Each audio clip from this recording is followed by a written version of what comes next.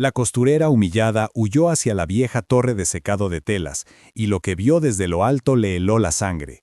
El título de aquella tragedia silenciada era El gancho, el hilo invisible que ataba el alma de quien escuchaba al dolor profundo de Elena Torres, una mujer de 30 y tantos años que cargaba sobre la espalda el peso de una eternidad.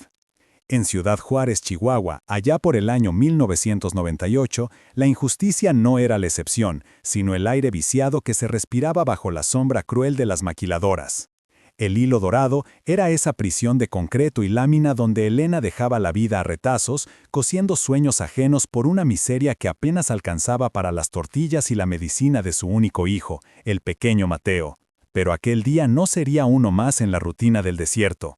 Un error minúsculo en la costura de un lote de exportación, un leve desliz de su mano cansada, fue el pretexto perfecto para el capataz Guzmán, un tipo nefasto que disfrutaba pisoteando la dignidad de la gente para humillarla frente a todos. Le gritó inútil y basura desechable, exigiéndole una mordida, un soborno, para no echarla a la calle y condenar a su hijo a la enfermedad y, quizás, a la muerte. El rostro de Elena ardía de vergüenza, una brasa viva encendida por la crueldad de ese hombre, y el miedo a perder la chamba, de fallarle a Mateo, era una opresión física en el pecho que no la dejaba respirar. Tenía que escapar, salir de ahí, no del trabajo, sino de esa humillación que parecía chuparle la vida. Corriendo con las manos temblorosas y el corazón hecho un caos, se lanzó hacia la única ruta de escape, la torre de secado, una estructura metálica oxidada y olvidada en la parte trasera del terreno, un esqueleto de hierro que solo se usaba en emergencias. Mientras subía los escalones de metal que rechinaban, el olor acre de los químicos de teñido se mezclaba con el aroma a fierro viejo, y el ruido ensordecedor de las máquinas se iba quedando atrás, reemplazado por un silencio denso, de esos que calan los huesos, un silencio que daba más miedo que el propio ruido. La torre de secado no era solo un escondite, era un portal de desesperación clavado en el corazón de esa tierra árida. Elena sentía que con cada paso cambiaba un miedo por otro, pero el miedo físico siempre era preferible al terror moral de no poder alimentar a su hijo. Se arrastró hasta la plataforma superior y el viento del desierto, ese viento seco que levanta tolvaneras, le azotó la cara, secándole las lágrimas no de tristeza, sino de pura rabia, la rabia de la gente buena que sabe que su esfuerzo no vale nada ante la avaricia de otros. Desde allá arriba, la vista era desoladora. La fábrica El Hilo Dorado parecía un monstruo de cemento devorando la vida de cientos de mujeres como ella, y Juárez, con sus casitas de bloque y calles sin pavimentar, se extendía como un mar de sufrimiento silencioso hasta las montañas oscuras. Pero no fue la inmensidad del desierto lo que congeló su alma, fue algo mucho más cercano, un detalle escalofriante que rompió la lógica de su mundo agotado. Elena notó que el aire en la cima tenía un aroma peculiar, un olor sutil pero inconfundible a canela quemada y tierra mojada, ese aroma sagrado y antiguo que toda madre mexicana asocia con los altares de Día de Muertos, un perfume a copal que no pintaba nada en ese ambiente industrial. Y entonces lo vio. En la parte más vieja de la fábrica, una sección clausurada con tablas de madera y alambre de púas donde nadie podía entrar, algo pasaba en el subsuelo.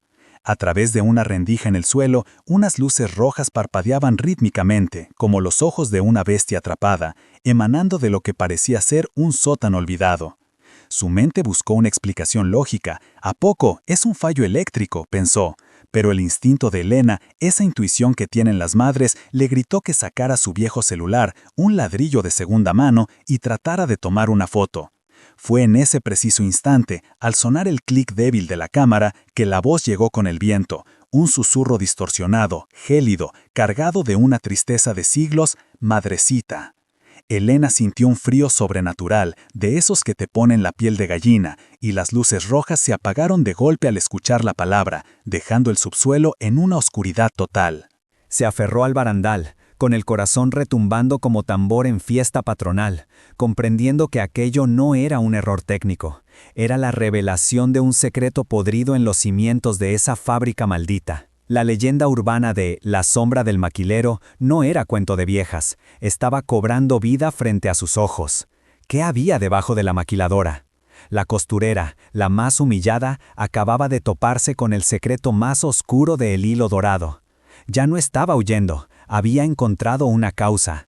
Si bajaba, tendría que hacerse de la vista gorda, pero si se quedaba, enfrentaría la oscuridad que mantenía a Guzmán en el poder. Elena, esa mujer oaxaqueña de carácter firme, miró al horizonte y se prometió que la humillación del capataz sería la última. Pero la sombra no la dejaría ir tan fácil, porque aquel lugar era un campo santo de dolor, y todo secreto enterrado busca tarde o temprano la luz de la justicia. Compró aquella hacienda abandonada por unos cuantos pesos, pero algo macabro la esperaba ahí. Antes de seguir, cuéntame en los comentarios desde qué ciudad o país me estás escuchando hoy, y suscríbete al canal para no perderte las próximas leyendas. La vida de Elena era puro sacrificio, tejida con la fibra de las mujeres guerreras del sur de México, esas que saben que la pobreza no te quita la honra. Había dejado atrás el calor de su Oaxaca, el olor a mole y a las milpas, cambiando todo por el ambiente hostil de la frontera, donde la promesa de pasar al otro lado o ganar dólares se convertía en la realidad de la explotación. En el 98, Juárez no era un hogar, era una máquina de moler gente, y su casita en la colonia, llena de polvo, era el único santuario para Mateo, su chamaco de 8 años, un niño de ojos grandes y tristes que parecía cargar con toda la melancolía del mundo. El silencio que Elena buscaba en la torre era su única oración. No lloraba por ella, sino por la injusticia de un mundo donde tipos como el señor Guzmán usaban su poder como látigo. La humillación de hacerla limpiar el suelo, mientras él se reía con otros supervisores, fue una profanación, un ataque directo a su capacidad de proteger a Mateo. Elena sabía que para la fábrica ella era un número más, pero su voluntad de luchar por su hijo era de hierro. La visión de las luces y el olor a ofrenda de muertos la sacaron de su trance. La madre práctica se topó con un misterio que la sacudía. Elena era mujer de fe, con su Virgencita de Guadalupe siempre presente, pero aquello que sintió en la torre, ese susurro de «madrecita», tenía un peso de verdad, un dolor auténtico que le decía que ahí no había un demonio, sino un alma en pena, alguien que, como ella, había sido usada y desechada. Recordó los chismes, lo que decían las operarias más viejas en el comedor.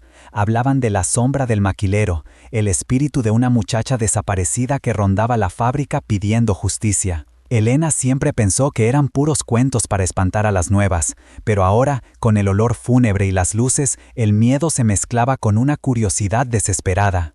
Si la fábrica escondía algo chueco, y si ese secreto estaba ligado a la muerte, tal vez esa fuera la única arma que tenía contra Guzmán. El sol de Chihuahua caía a plomo, y Elena, desde arriba, veía la iglesia del pueblo vecino. Estaba en una encrucijada, agachar la cabeza para salvar a Mateo o arriesgarse por su dignidad. Ese madrecita sonaba a súplica, y Elena no podía ignorar el llanto de un hijo, aunque fuera un hijo perdido en el más allá. Bajó unos escalones y vio, en un rincón oscuro, un pequeño altar improvisado. No había veladoras, pero sí un vaso con agua turbia, unos pétalos secos de cempasúchil y en el centro una muñeca de trapo vieja y sin ojos, junto a la foto descolorida de una muchacha sonriente, con trenzas y la misma bata azul de la fábrica. El olor a canela era fuerte ahí. Aquello no era basura, era una ofrenda clandestina, un memorial olvidado. Elena tocó el altar con respeto. Reconoció vagamente a la chica de la foto. Hubo un tiempo en que los postes de luz de la ciudad estaban tapizados con volantes de «Se busca», y esa muchacha era una de tantas desaparecidas.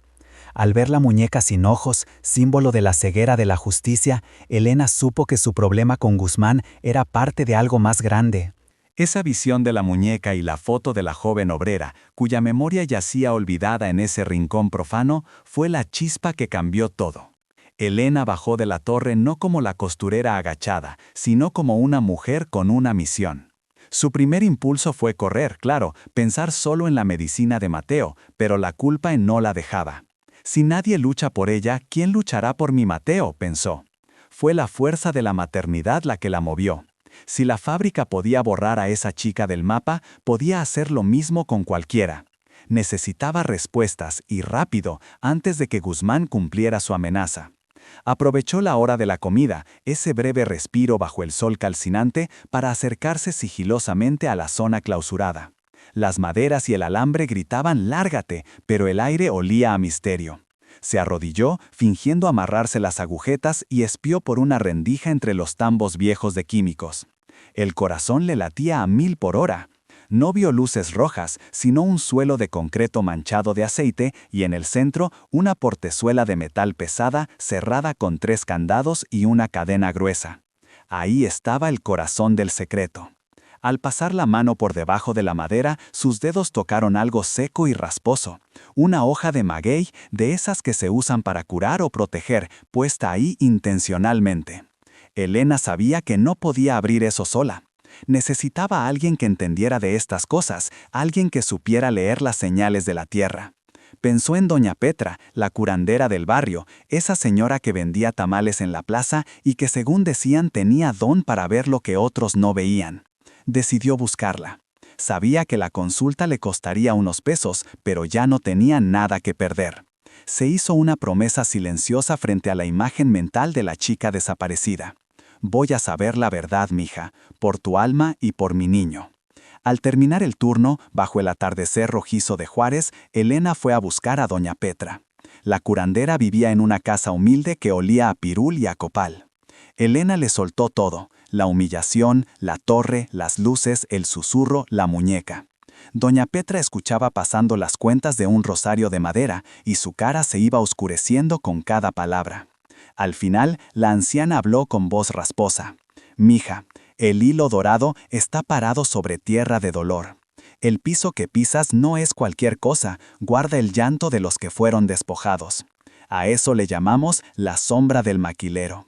Le explicó que el olor a canela era señal de luto y que la muñeca era el alma de Esperanza, la chica de la foto, que desapareció hacía 4 años entre rumores de cosas muy turbias. «Tu compasión al no destruir el altar fue lo que la despertó», le dijo. Doña Petra le advirtió, «Si la fábrica esconde algo, esa puerta de metal es la entrada. Pero ten cuidado, mija, porque quien tiene la prueba tiene el poder, y el poder se cobra con sangre». Le dio un crucifijo de obsidiana negra para protección y una oración a la guadalupana. Al día siguiente, Elena regresó a la fábrica con el crucifijo apretado en la mano. Guzmán la miraba con ojos de pistola, sospechando algo. Al pasar por la torre, vio que habían puesto a un velador viejo a cuidar la zona clausurada. Ya no podía acercarse. Fue entonces cuando escuchó un llanto en los baños. Era Carmen, una compañera siendo amenazada por Guzmán con las mismas bajezas de siempre. La sangre le hirvió a Elena. Se plantó frente al capataz y con una voz que no reconoció como suya le dijo: «Déjela en paz, no somos su basura, la única basura aquí es su corazón». Guzmán se quedó helado, retrocedió ante la fuerza de esa mujer que ya no le tenía miedo. Ese acto de valentía le probó a la sombra que Elena estaba lista para pelear. Cuando Rosa escuchó aquel llanto viniendo del sótano de la hacienda, supo que no estaba sola. ¿Y tú, qué hubieras hecho en su lugar? Dímelo en los comentarios. Ese desafío a Guzmán fue el punto de quiebre. El capataz, furioso y asustado porque Elena ya no se doblaba, comenzó a hacerle la vida imposible, cambiándola al turno de noche, donde la fábrica parecía una boca de lobo. La sombra también empezó a manifestarse en la casa de Elena, cosas que se movían, luces que parpadeaban, un frío sepulcral en el cuarto de Mateo. Una noche, el crucifijo de obsidiana se partió en 2. Elena, aterrada pero firme, volvió con doña Petra. «La sombra se alimenta de tu miedo, pero también te necesita», le dijo la curandera. «Tienes que sacar la verdad a la luz». Esa noche, armada con una barreta oxidada y un escapulario, Elena se escabulló hacia la torre de secado. Cavó bajo la cerca como un animal desesperado hasta lograr entrar. Rompió los candados de la portezuela con una fuerza que le venía de la pura adrenalina, y bajó a la oscuridad. El sótano olía a humedad y a encierro. Con su linterna alumbró una mesa llena de libros de contabilidad viejos y un grabador de cassette. Al darle play, la voz de Guzmán llenó el silencio, hablando de tapar el asunto y de la desaparición de Esperanza. Ahí estaba la prueba, corrupción y crimen. Y en la pared, clavada, la muñeca de trapo original y un pedazo de tela manchado de sangre. Elena tenía la verdad en las manos, pero también un dilema terrible.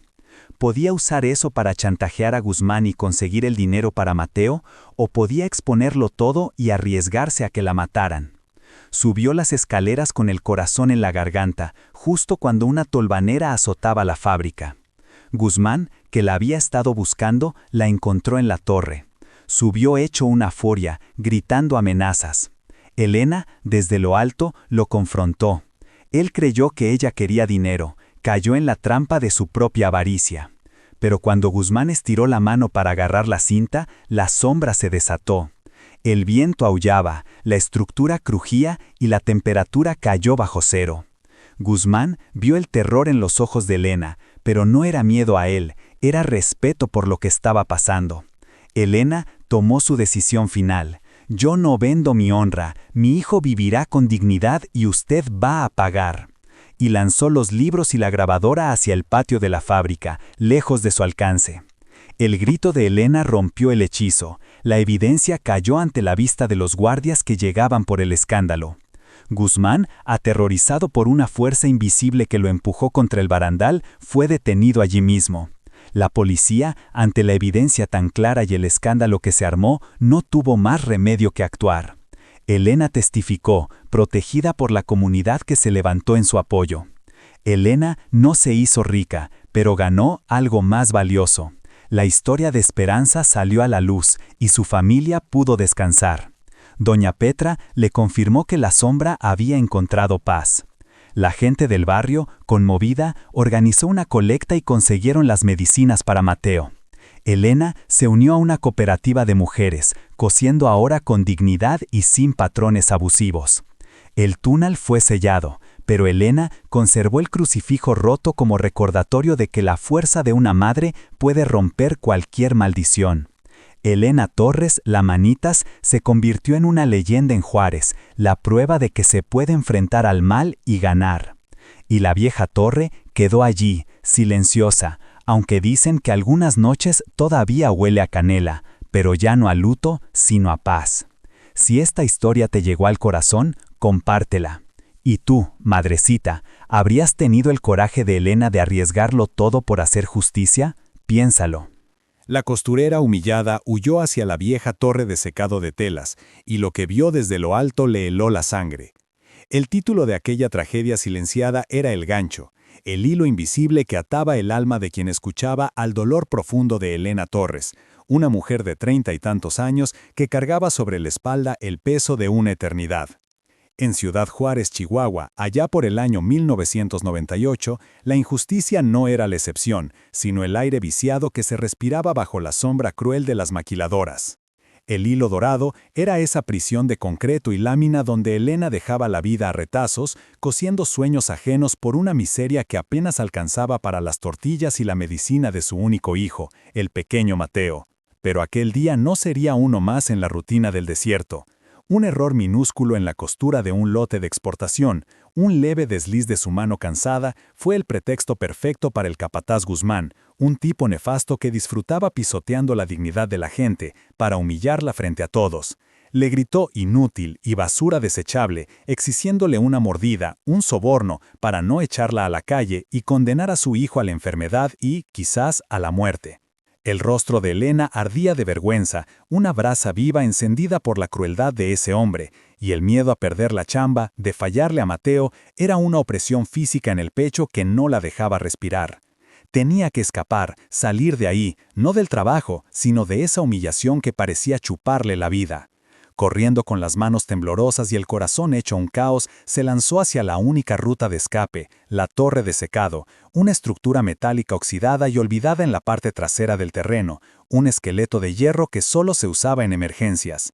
Mientras subía los escalones de metal que rechinaban, el olor acre de los químicos de teñido se mezclaba con el aroma a fierro viejo, y el ruido ensordecedor de las máquinas se iba quedando atrás, reemplazado por un silencio denso, de esos que calan los huesos, un silencio que daba más miedo que el propio ruido.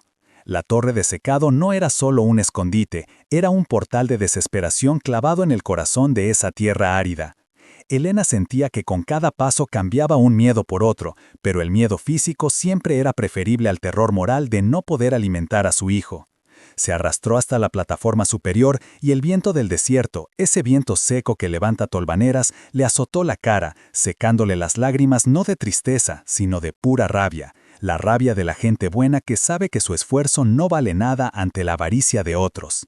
Desde allá arriba, la vista era desoladora. La fábrica El Hilo Dorado parecía un monstruo de cemento devorando la vida de cientos de mujeres como ella, y Juárez, con sus casitas de bloque y calles sin pavimentar, se extendía como un mar de sufrimiento silencioso hasta las montañas oscuras. Pero no fue la inmensidad del desierto lo que congeló su alma, fue algo mucho más cercano, un detalle escalofriante que rompió la lógica de su mundo agotado.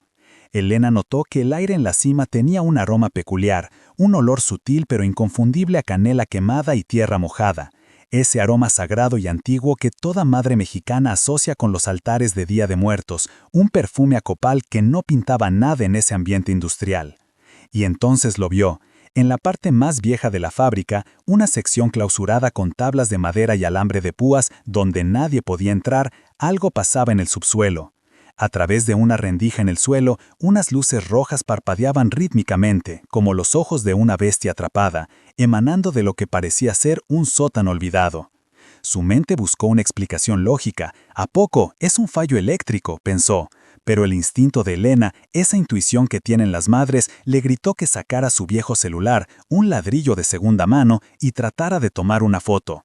Fue en ese preciso instante, al sonar el clic débil de la cámara, que la voz llegó con el viento, un susurro distorsionado, gélido, cargado de una tristeza de siglos: «Madrecita».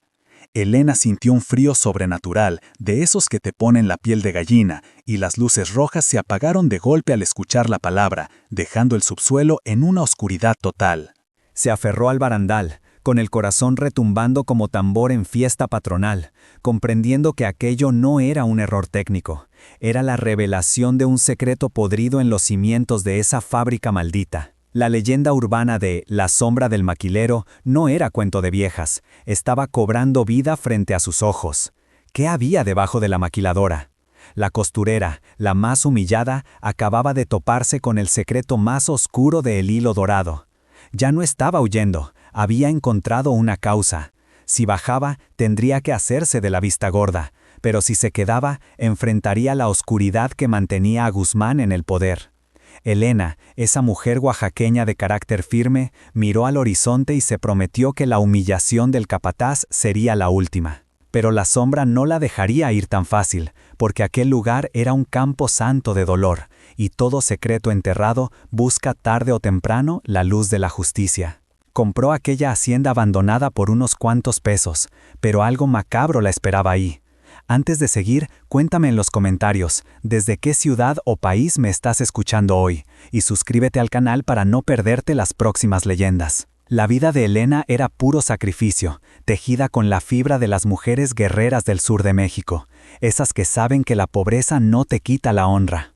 Había dejado atrás el calor de su Oaxaca, el olor a mole y a las milpas, cambiando todo por el ambiente hostil de la frontera, donde la promesa de pasar al otro lado o ganar dólares se convertía en la realidad de la explotación.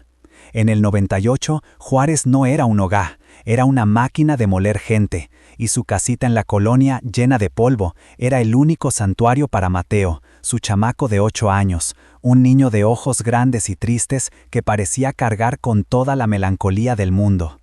El silencio que Elena buscaba en la torre era su única oración. No lloraba por ella, sino por la injusticia de un mundo donde tipos como el señor Guzmán usaban su poder como látigo. La humillación de hacerla limpiar el suelo, mientras él se reía con otros supervisores, fue una profanación, un ataque directo a su capacidad de proteger a Mateo.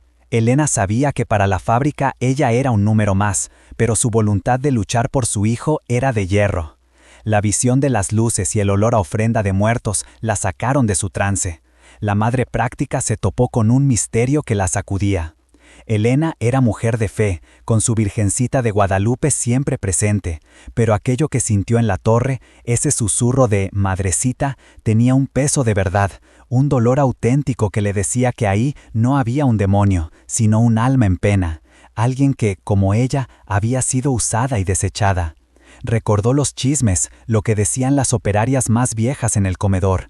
Hablaban de la sombra del maquilero, el espíritu de una muchacha desaparecida que rondaba la fábrica pidiendo justicia. Elena siempre pensó que eran puros cuentos para espantar a las nuevas, pero ahora, con el olor fúnebre y las luces, el miedo se mezclaba con una curiosidad desesperada.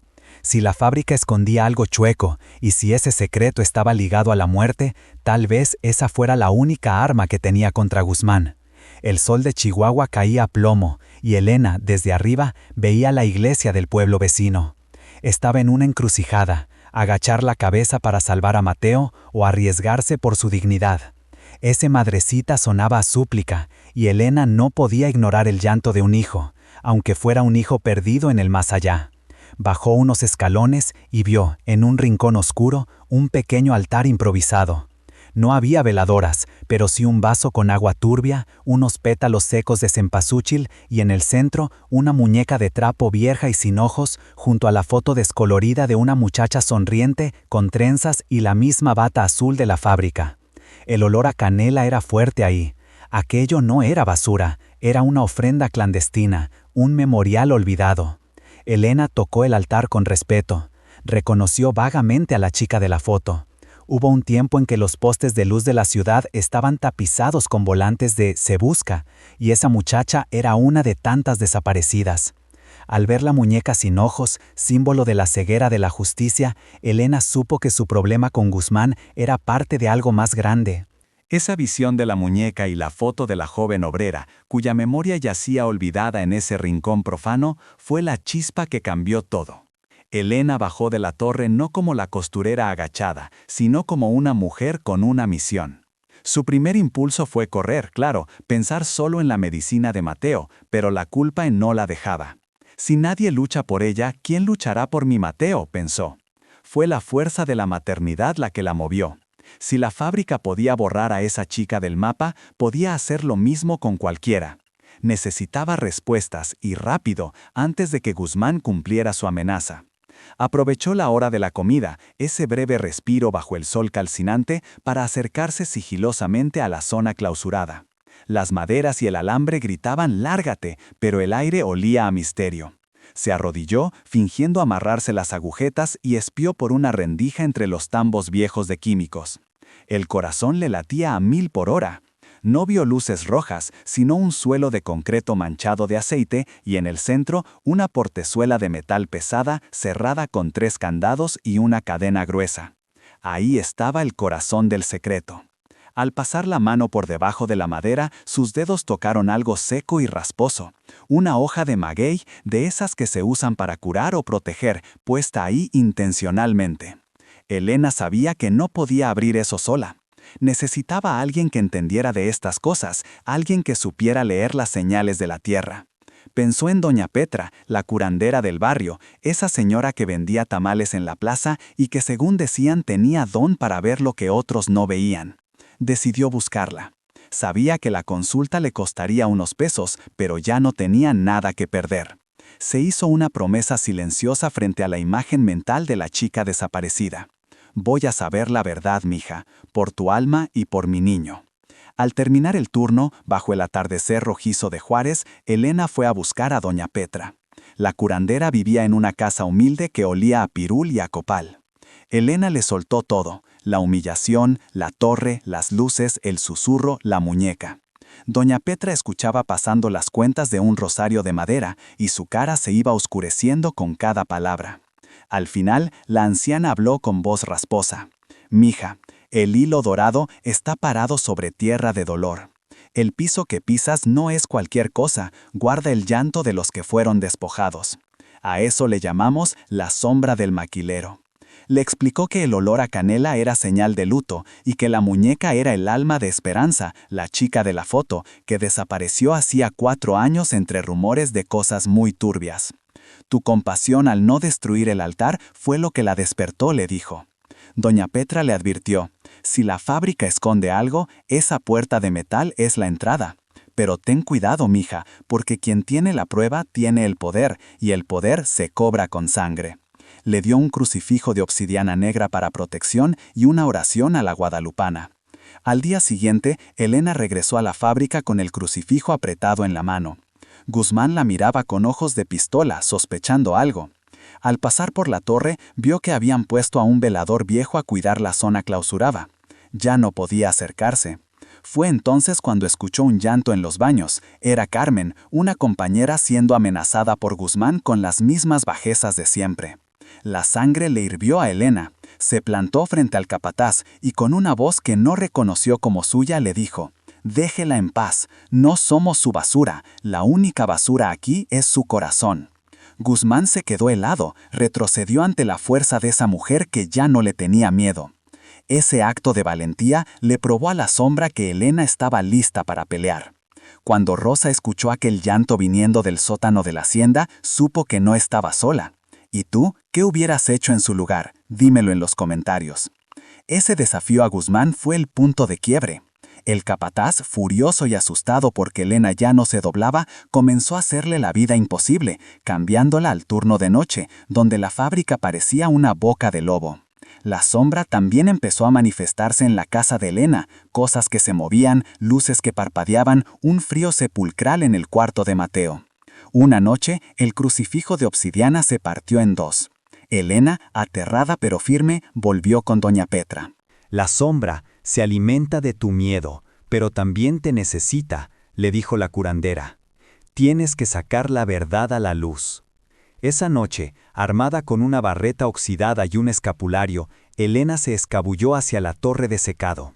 Cavó bajo la cerca como un animal desesperado hasta lograr entrar.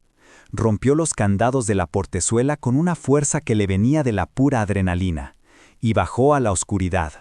El sótano olía a humedad y a encierro. Con su linterna alumbró una mesa llena de libros de contabilidad viejos y un grabador de cassette. Al darle play, la voz de Guzmán llenó el silencio, hablando de tapar el asunto y de la desaparición de Esperanza. Ahí estaba la prueba, corrupción y crimen. Y en la pared, clavada, la muñeca de trapo original y un pedazo de tela manchado de sangre. Elena tenía la verdad en las manos, pero también un dilema terrible. ¿Podía usar eso para chantajear a Guzmán y conseguir el dinero para Mateo, o podía exponerlo todo y arriesgarse a que la mataran? Subió las escaleras con el corazón en la garganta, justo cuando una tolvanera azotaba la fábrica. Guzmán, que la había estado buscando, la encontró en la torre. Subió hecho una furia, gritando amenazas. Elena, desde lo alto, lo confrontó. Él creyó que ella quería dinero, cayó en la trampa de su propia avaricia. Pero cuando Guzmán estiró la mano para agarrar la cinta, la sombra se desató. El viento aullaba, la estructura crujía y la temperatura cayó bajo cero. Guzmán vio el terror en los ojos de Elena, pero no era miedo a él, era respeto por lo que estaba pasando. Elena tomó su decisión final. Yo no vendo mi honra, mi hijo vivirá con dignidad y usted va a pagar. Y lanzó los libros y la grabadora hacia el patio de la fábrica, lejos de su alcance. El grito de Elena rompió el hechizo, la evidencia cayó ante la vista de los guardias que llegaban por el escándalo. Guzmán, aterrorizado por una fuerza invisible que lo empujó contra el barandal, fue detenido allí mismo. La policía, ante la evidencia tan clara y el escándalo que se armó, no tuvo más remedio que actuar. Elena testificó, protegida por la comunidad que se levantó en su apoyo. Elena no se hizo rica, pero ganó algo más valioso. La historia de Esperanza salió a la luz y su familia pudo descansar. Doña Petra le confirmó que la sombra había encontrado paz. La gente del barrio, conmovida, organizó una colecta y consiguieron las medicinas para Mateo. Elena se unió a una cooperativa de mujeres, cosiendo ahora con dignidad y sin patrones abusivos. El túnel fue sellado, pero Elena conservó el crucifijo roto como recordatorio de que la fuerza de una madre puede romper cualquier maldición. Elena Torres, la Manitas, se convirtió en una leyenda en Juárez, la prueba de que se puede enfrentar al mal y ganar. Y la vieja torre quedó allí, silenciosa, aunque dicen que algunas noches todavía huele a canela, pero ya no a luto, sino a paz. Si esta historia te llegó al corazón, compártela. Y tú, madrecita, ¿habrías tenido el coraje de Elena de arriesgarlo todo por hacer justicia? Piénsalo.